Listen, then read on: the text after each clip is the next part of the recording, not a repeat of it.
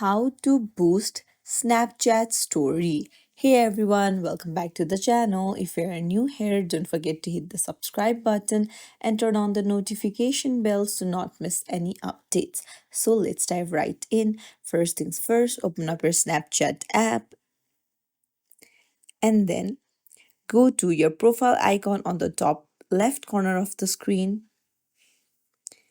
and here you'll be able to see your story. Now, if you tap on the three dots and tap on story settings, you can see that it is only available to your friends.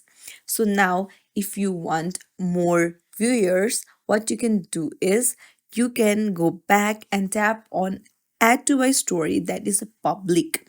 Go ahead and tap on it, put on a story by clicking it from your camera or add it from your gallery, and then hit send. Now, the story will be posted for everyone to see, and your Snapchat story will get boosted since it will get more views from the public.